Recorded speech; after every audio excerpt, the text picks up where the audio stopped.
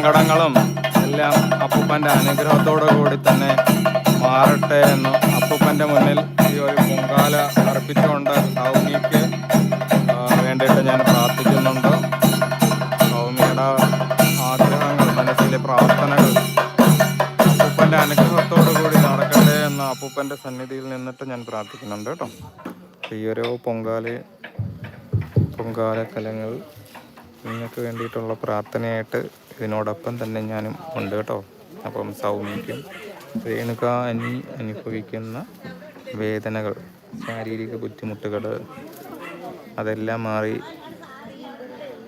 എത്രയും വേഗം തന്നെ ഒരു ജോലിക്കൊക്കെ പോകാനുള്ള ആരോഗ്യവും ഐശ്വര്യവും എല്ലാം അപ്പൂപ്പൻ്റെ അനുഗ്രഹവും കൂടെ ഉണ്ടാവട്ടെ, രേണുകയ്ക്ക് ഉണ്ടാകട്ടെ എന്ന് അപ്പൂപ്പൻ്റെ സന്നിധിയിൽ നിന്ന് ഞാൻ പ്രാർത്ഥിക്കുന്നു കേട്ടോ.